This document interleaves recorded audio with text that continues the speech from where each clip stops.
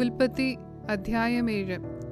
അനന്തരം യഹോവ നോഹയോട് കൽപ്പിച്ചതെന്തെന്നാൽ, നീയും സർവ്വകുടുംബവുമായി പെട്ടകത്തിൽ കടക്ക.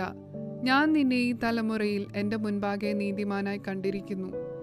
ശുദ്ധിയുള്ള സകല മൃഗങ്ങളിൽ നിന്നും ആണും പെണ്ണുമായി 7 ശുദ്ധിയില്ലാത്ത മൃഗങ്ങളിൽ നിന്നും ആണും പെണ്ണുമായി 2, ആകാശത്തിലെ പറവകളിൽ നിന്നും പൂവനും പെടിയുമായി 7 ഭൂമിയിലൊക്കെയും സന്തതി ശേഷിച്ചിരിക്കേണ്ടതിന് നീ ചേർത്തുകൊള്ളണം. ഇനി 7 ദിവസം കഴിഞ്ഞിട്ട് ഞാൻ ഭൂമിയിൽ 40 രാവും 40 പകലും മഴ പെയ്യിക്കും. ഞാൻ ഉണ്ടാക്കിയിട്ടുള്ള സകല ജീവജാലങ്ങളെയും ഭൂമിയിൽ നിന്ന് നശിപ്പിക്കും. യഹോവ തന്നോട് കൽപ്പിച്ച പ്രകാരമൊക്കെയും നോഹ ചെയ്തു. ഭൂമിയിൽ ജലപ്രളയമുണ്ടായപ്പോൾ നോഹയ്ക്ക് 600 വയസ്സായിരുന്നു. നോഹയും പുത്രന്മാരും അവൻ്റെ ഭാര്യയും പുത്രന്മാരുടെ ഭാര്യമാരും ജലപ്രളയം നിമിത്തം പെട്ടകത്തിൽ കടന്നു. ശുദ്ധിയുള്ള മൃഗങ്ങളിൽ നിന്നും ശുദ്ധിയില്ലാത്ത മൃഗങ്ങളിൽ നിന്നും പറവകളിൽ നിന്നും ഭൂമിയിലുള്ള ഇഴജാതിയിൽ നിന്നൊക്കെയും ദൈവം നോഹയോട് കൽപ്പിച്ച പ്രകാരം 2 ആണും പെണ്ണുമായി നോഹയുടെ അടുക്കൽ വന്ന് പെട്ടകത്തിൽ കടന്നു. 7 ദിവസം കഴിഞ്ഞ ശേഷം ഭൂമിയിൽ ജലപ്രളയം തുടങ്ങി. നോഹയുടെ ആയുസിൻ്റെ 600 സംവത്സരത്തിൽ 2 മാസം 17 തീയതി അന്ന് തന്നെ ആഴിയുടെ ഉറവുകളൊക്കെയും പിളർന്നു. ആകാശത്തിൻ്റെ കിളിവാതിലുകളും തുറന്നു.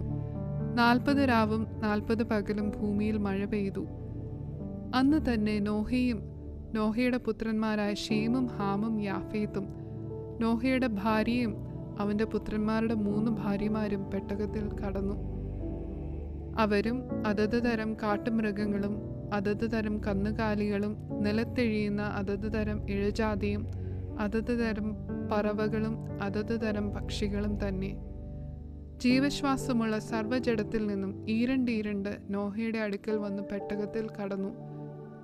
ദൈവം അവനോട് കൽപ്പിച്ചതുപോലെ അകത്ത് കടന്നവ സർവ്വജഡത്തിൽ നിന്നും ആണും പെണ്ണുമായി കടന്നു. യഹോവ വാതിൽ അടച്ചു. ഭൂമിയിൽ 40 ദിവസം ജലപ്രളയം ഉണ്ടായി. വെള്ളം വർദ്ധിച്ച് പെട്ടകം പൊങ്ങി നിലത്ത് നിന്നുയർന്നു. വെള്ളം പൊങ്ങി ഭൂമിയിൽ ഏറ്റവും പെരുകി പെട്ടകം വെള്ളത്തിൽ ഒഴുകി തുടങ്ങി. വെള്ളം ഭൂമിയിൽ അത്യധികം പൊങ്ങി ആകാശത്തിന് കീഴെങ്ങുമുള്ള ഉയർന്ന പർവ്വതങ്ങളൊക്കെയും മൂടിപ്പോയി. പർവ്വതങ്ങൾ മൂടുവാൻ തക്കവണ്ണം വെള്ളം 15 മുഴം അവയ്ക്ക് മീതെ പൊങ്ങി. പറവകളും കന്നുകാലികളും കാട്ടുമൃഗങ്ങളും നിലത്ത് ഇഴയുന്ന എല്ലാ ഇഴജാതിയുമായി ഭൂചരജഡമൊക്കെയും സകല മനുഷ്യരും ചത്തുപോയി. കരയിലുള്ള സകലത്തിലും മൂക്കിൽ ജീവശ്വാസമുള്ളതൊക്കെയും ചത്തു.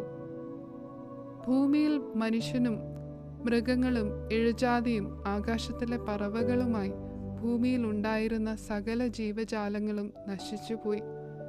അവ ഭൂമിയിൽ നിന്ന് നശിച്ചുപോയി. നോഹയും അവനോടുകൂടെ പെട്ടകത്തിൽ ഉണ്ടായിരുന്നവരും മാത്രം ശേഷിച്ചു. വെള്ളം ഭൂമിയിൽ 150 ദിവസം പൊങ്ങിക്കൊണ്ടിരുന്നു.